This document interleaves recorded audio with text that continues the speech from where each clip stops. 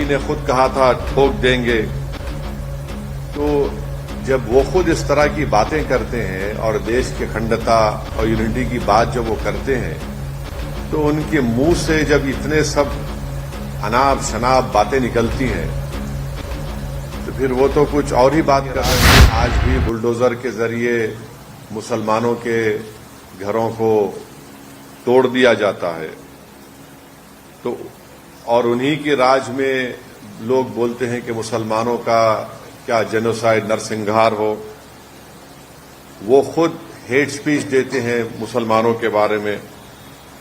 योगी ने खुद कहा था ठोक देंगे, तो जब वो खुद इस तरह की बातें करते हैं और देश की अखंडता और यूनिटी की बात जब वो करते हैं, तो उनके मुंह से जब इतने सब अनाप शनाप बातें निकलती हैं, तो फिर वो तो कुछ और ही बात कर रहे हैं।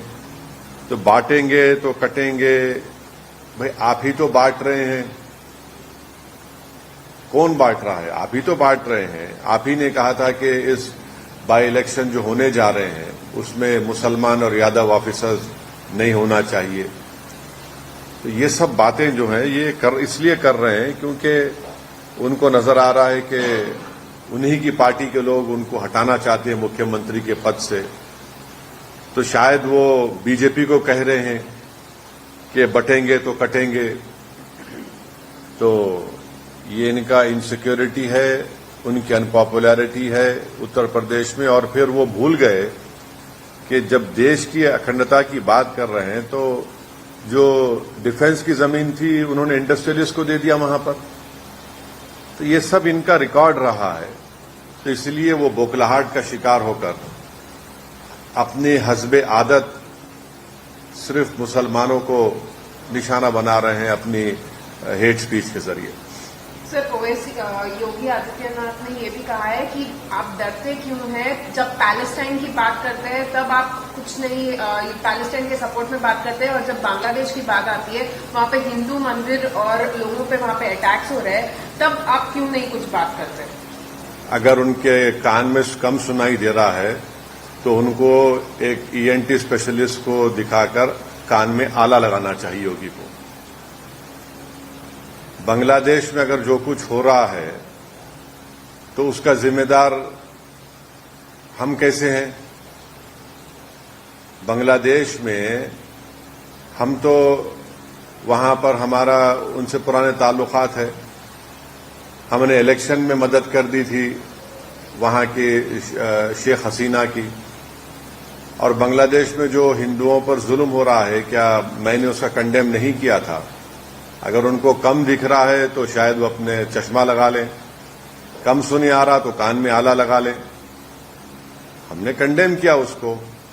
रहा सवाल पैलेस्टाइन का, तो पैलेस्टाइन के ताल्लुक से महात्मा गांधी ने क्या कहा था, पैलेस्टाइन के बारे में देश के प्रधानमंत्री ने क्या कहा था, पैलेस्टाइन के बारे में मौजूदा फॉरेन मिनिस्टर ने राज्यसभा में उठकर क्या कहा था, वो उसका देख लें।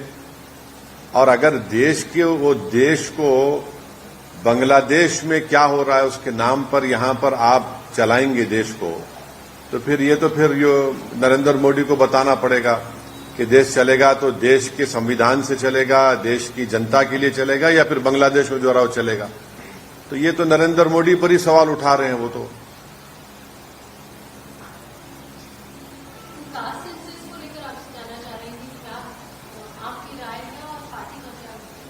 हम तो पार्लियामेंट बोले कास्ट सेंसस कराइए, क्यों नहीं करा रहे? बल्कि जो 2010 में चिदम्बरम ने जो सोशल सर्वे करवाया था वो रिपोर्ट ही नरेंद्र मोदी की सरकार देश के सामने ला ले। उसको क्यों छुपा के रखे हैं? कराइए कास्ट सेंसस, कौन रोक रहा है? बल्कि कास्ट सेंसस नहीं बल्कि 50% रिजर्वेशन की लिमिट को ब्रीच करना चाहिए नरेंद्र मोदी की सरकार को। आप पार्लियामेंट में बिल लाइए, हम सब सपोर्ट करेंगे। Sir, the Assam Chief Minister has going to table a bill which will make Muslims mandatory to register their marriages or divorces. Do you think this is against, the basic freedom of religion? Well, I don't know. I cannot comment unless and until I see that bill which the Assam government proposes to bring in. but I don't know why. What about polygamy?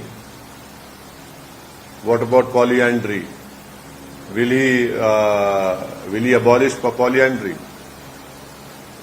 There are tribes, this is a culture of tribes that they have polyandry. Will he abolish that? Will he bring in a kind of a civil code for all the tribes of Assam?